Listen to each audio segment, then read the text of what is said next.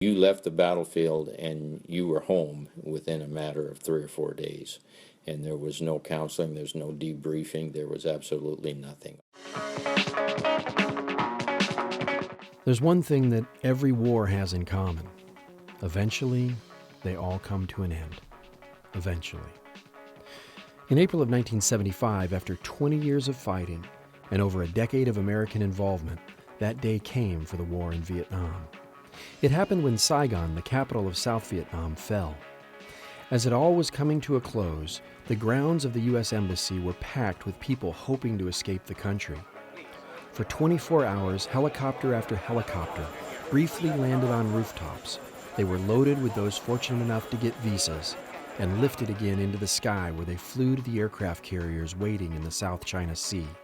Tamarind trees were cut down in the embassy's parking lot to make room for a landing zone for more helicopters. There is some powerful footage of the evacuation online. We'll include links to some in our show notes. At 4:58 in the morning of April 30th, Graham Martin, the U.S. ambassador to South Vietnam, climbed aboard a helicopter known as Lady Ace 09 and evacuated the embassy. By 7:53 that morning, the last of the Marines lifted off the ground, leaving behind many South Vietnamese who weren't fortunate enough to catch a flight out. At 11:30 a.m., tanks of the People's Army of Vietnam crushed the gates of the presidential palace in Saigon. A flag for the National Liberation Front was raised above the building, and the Vietnam War was over. Or was it? Welcome to the By War and By God podcast. I'm your host, Kent Williamson. This show is a companion series to the award-winning documentary film, By War and By God. It's a place where we can go deeper into the stories of the lives of these veterans than we're able to in the film. Over this season, we're telling the remarkable accounts of people whose lives were forever changed by the Vietnam War. You'll hear stories of heroism and stories of tragedy, but you'll also hear some amazing stories of reconciliation, and you'll learn about a magnetic force that tugged and pulled and eventually drew these soldiers, medics, machine gunners, and crewmen back to Vietnam for the purpose of serving some of the poorest of the poor in that beautiful country. But before we start, I need to tell you about Big Heaven Cafe. Big Heaven Cafe is where you go to purchase the documentary By War and By God. So if you need a copy for yourself, your dad, a friend, a veteran you know, or your local library, please click your way to BigHeavenCafe.com. That's BigHeavenCafe.com, and use the coupon code PODCAST to save 113,850 Vietnamese dong, or $5 US on the film. Oh, and 20% of all sales of By War and By God from Big Heaven Cafe go to Vets with a Mission, the nonprofit that since 1989 has taken nearly 1,400 Vietnam veterans back to Vietnam. That's a lot of veterans. Why do they go back? For healing and reconciliation. In today's episode, You Can't Go Home Again, we'll learn that you can remove the man from the war, but that it's much more difficult to remove the war from the man. The home you left behind to go fight the war is not the same when you return, and neither are you. All right, here we go. Tell me about coming home from the war. Coming back so quickly from Vietnam, for so many had no time to decompress, no time to share. And on Saturday you could leave Vietnam, and on Monday or Tuesday you could be ushered out of the Army or the Marines, and no one seemed to really care. This is Chuck Ward. It's a difficult thing coming back from war, whether you did just a little bit or you were there for 2 or 3 tours. And when you come home, it's different, and you're different. Many Vietnam vets, particularly the soldiers and Marines, didn't have a good experience when they came back, usually to California, San Diego, San Francisco usually. In the latter part of the war, the military were telling veterans they might want to not wear their uniform. when they process out, it was just crazy. When I came back to the States, I was on a medevac flight, and I was medevac to the Oakland Naval Hospital, and I was an outpatient there. This is Bob Perigallo. I was a walking casualty is what I guess the term was. You left the battlefield and you were home within a matter of 3 or 4 days. And there was no counseling, there's no debriefing, there was absolutely nothing. All of a sudden you're back to being a civilian. Everybody thinks the Vietnam War sucks, and the transfer of that came across as you suck. When I got home, obviously my parents were very emotional. It was the first time I ever seen my father cry, and welcomed me, but they never they never asked me any questions. They never spoke about anything. They never asked me what happened, what was it like. It was like you're home, and and we're real glad, but we don't want to know anything. Tell me about leaving Vietnam after the war. We called it going back to the world, is what we called it when we were leaving. This is Cal Dunham. So you go through this out processing, and then you got on a plane. It was just almost deadly silence on the plane. And then the captain came on and said, okay, we're taxiing, we're going to take off now. And it was just dead silence.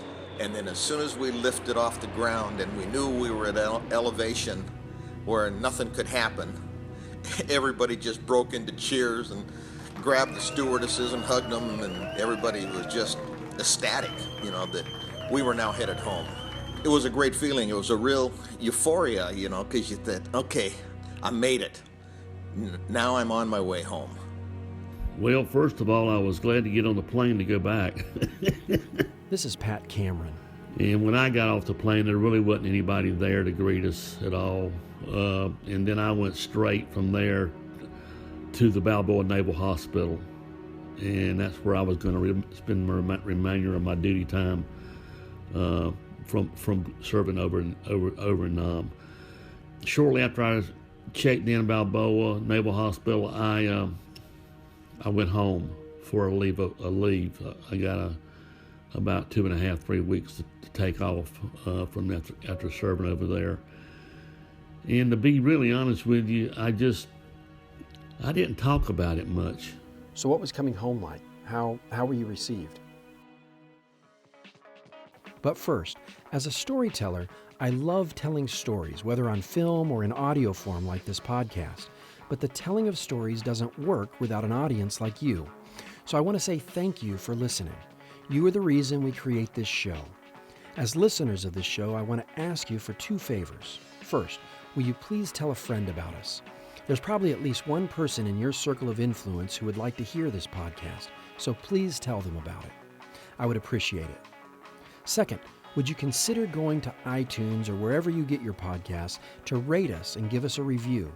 Your review will help others know that this show is worth listening to. I can't thank you enough for listening, but let me say it once more. Thank you. So what was coming home like? How were you received? This is Cal Dunham. The coming home was absolutely awesome. You finally had this sense, I'm free. I had a 30-day leave, so I went, when I got home, my dad was a principal in an elementary school, so I got a taxi cab that took me to my dad's school where he was principal, and I just walked in, and there he was.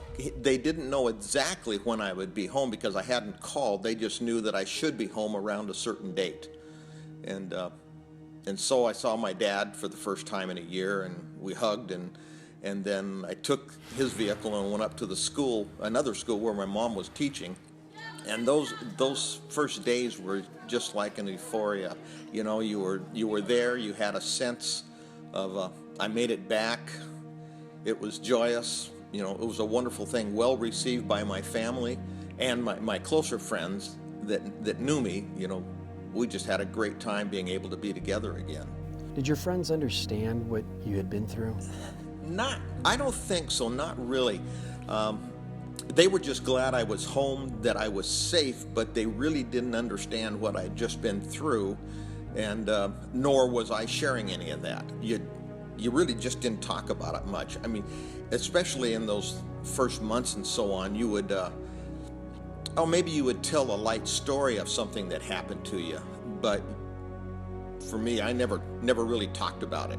They'd say, well, we're glad you're home, and they were already in their lives, and you had to kind of start over again. You had to kind of get settled in and figure out what you were going to do. So what kind of challenges did that present? I still had some time left in the Army, so I knew I had to go. I went over to, while I was on my way to Fort Hood, Texas. That was where my reassignment was. I was driving. When I was on my way to Texas, I got a call the day I left that my dad had just died suddenly of a heart attack. That just, in some ways, just pushed me over the edge for quite some time. I was really struggling at that point because I'd just seen so much of it, and then have my own dad just die. Yeah, that was pretty tough. So how did you process that? In my mind, I made up all kinds of stories for a while that he wasn't really dead. You know, your mind can do strange things to you, but I just had to process it. I had one experience that told me what things were like back in the States. This is Chuck Ward. When a carrier comes back to its place, in our case it was Alameda, which is San Francisco, California. All the enlisted men and officers go up on the flight deck, and they line the flight deck, go all the way around the flight deck, and you're in your dress uniform, whites if it's summer, blues if it's winter.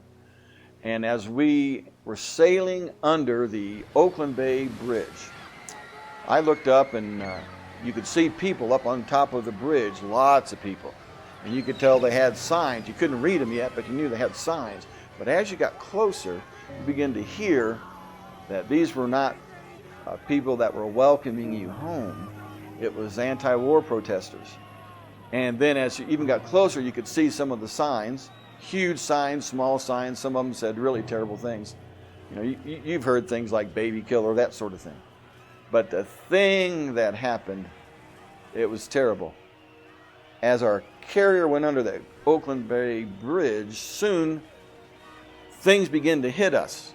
And it turned out to be feces and urine. And they were dumping buckets of it on us.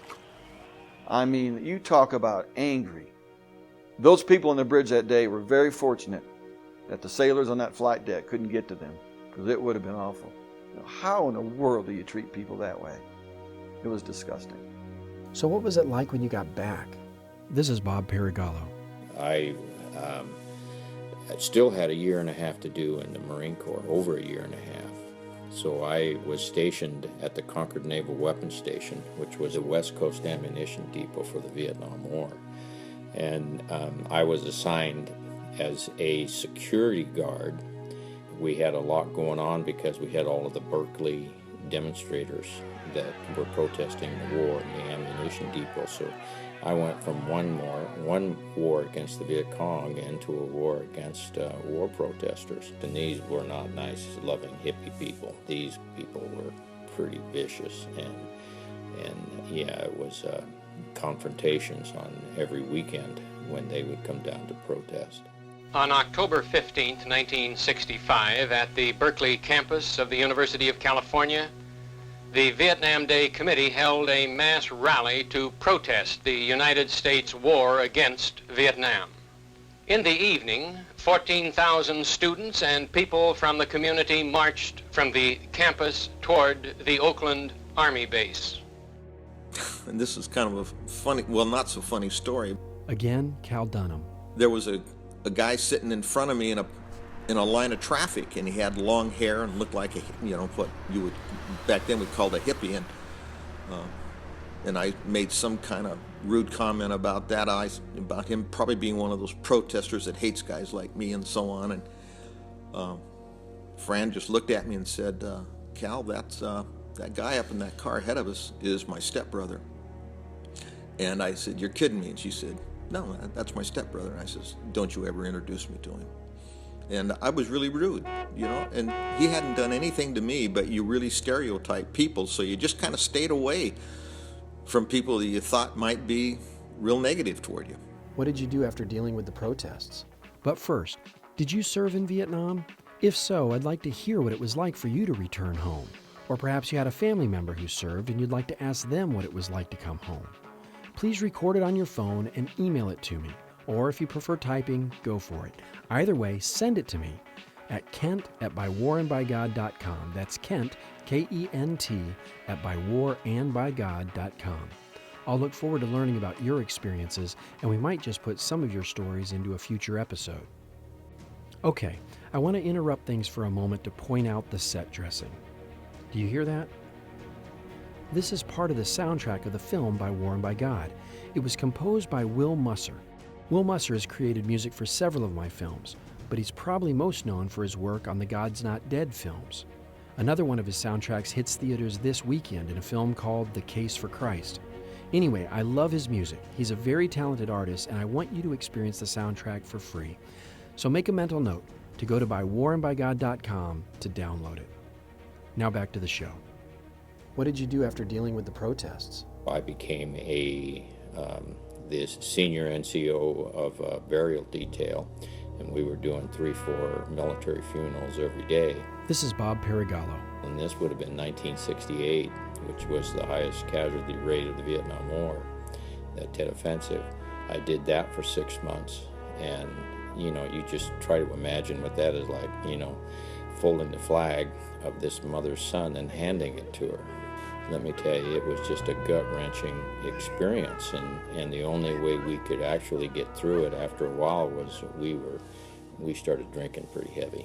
All of us were emotional basket case because we were some of the first returning Vietnam vets from the Vietnamese War. My experience coming home while still in the military just soured me, and there was no way I was going to stay in the military. So I took my discharge and just had a really messed up life for the next 2-3 years, just drinking, carousing, fighting, whatever, and just an angry person.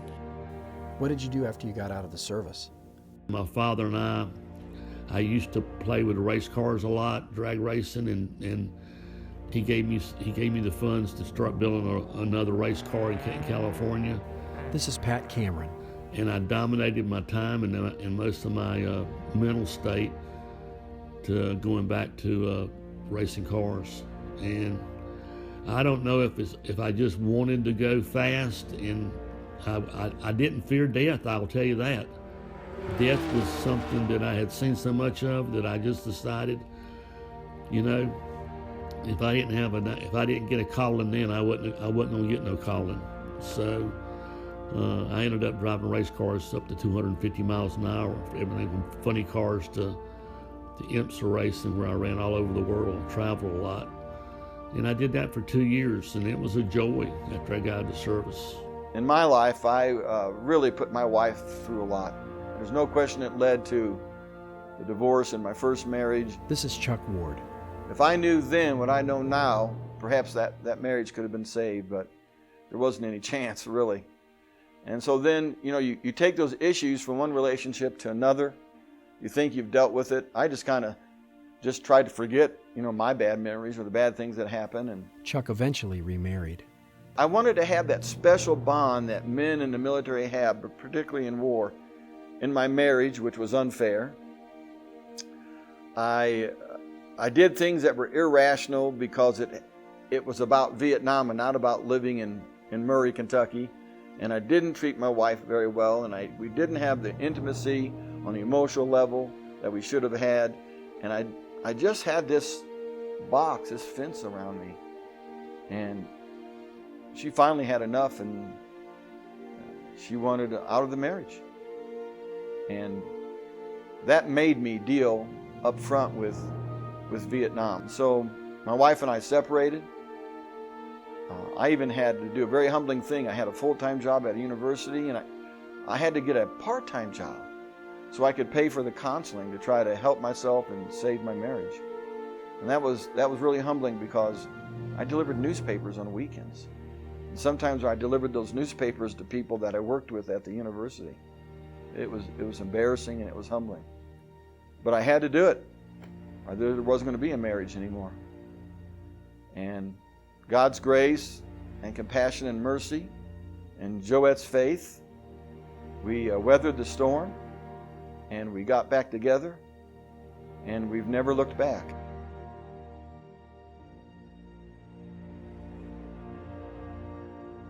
I'll end today's episode with a quote from the great American novelist John Steinbeck. In his book, Travels with Charlie, he goes back to visit the town of his youth, and upon reflection, he says, "Tom Wolfe was right. You can't go home again because home has ceased to exist, except in the mothballs of memory." Thanks for listening to this episode of the By War and by God podcast from Paladin Pictures. Don't forget to subscribe so you won't miss an episode. Learn more about By War and by God at our website, bywarandbygod.com. The name for this week's episode, You Can't Go Home Again, was taken from Thomas Wolfe's book by the same name and was suggested by Molly McGarity Fulton. Thank you, Molly. I asked my Facebook friends for suggestions naming this episode and received a bunch of really great ideas. Thanks to all of you who voted and suggested titles. A reminder to use the coupon code PODCAST at BigHeavenCafe.com to save over 113,000 Vietnamese dong on your copy of the film By War and by God. Also, if you have an Amazon Prime account, you can watch the film for free. That's right, for free. Find me on Facebook or Twitter, just search for Kent C. Williamson, and while you're there, search for By War and by God and like or follow us. Please email me your thoughts about the show or your own experiences. Send them to kent@bywarandbygod.com. By the way, the film has a couple of upcoming festival appearances.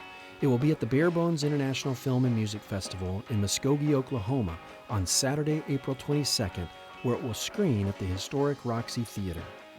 By War and by God will also screen on Friday, May 5th at the International Christian Film Festival in Orlando. So if you're in either of those parts of the country, please go see it. The By War and by God podcast is written and produced by me, Kent C. Williamson, with sound design and finishing by Ashby Ratchford. Our audio engineer in the studio is Steve Carpenter, but this week I need to say thanks to 3 of the veterans from the show, Pat Cameron, Cal Dunham, and Bob Paragallo, who all acted as their own audio engineers as they recorded their end of the phone interviews for this week's show. Thanks also to my brother Brad Williamson, who helped record the Chuck Ward interview you heard in this episode back when we shot it for the film. Special thanks to Greg Allen Morgoglioni for his continued help with suggestions for sound effects, show notes, etc. Thanks, Greg. The By War and by God soundtrack was composed by Will Musser, and don't forget, for a limited time, you can download the entire soundtrack for free at bywarandbygod.com. The war protest news clip in today's show was originally heard in the documentary film Hot Damn. Thank you to the entire Paladin team, which includes Leslie Wood, Steve Carpenter, Dan Fellows, Steve Lessick, and Ashby Ratchford. This podcast is a production of Paladin Pictures. Yep, Paladin is a film production company that sees the value in audio podcasts. Why? Because like is the case with By War and by God, the podcast can go deeper into the story than the film ever can. Paladin Pictures is committed to the creation of redemptive entertainment and thought-provoking cultural critique. Learn more about us and our films at paladinpictures.com. That's Paladin, Paladin, pictures.com.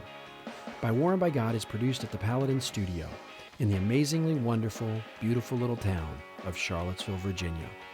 And of course, thank you to our veterans, those who returned, and especially those who didn't, like my wife's Uncle Floyd. Thank you. Next week on the By War and by God podcast. PTSD is like good wine. The older it gets, the better it gets. Survivor's guilt was a big, motivator, a big influence in my life. I think the first thing that went through my head was the fact of why in the hell am I even thinking about going back there? That was the first thing I said. Why do I want to go back?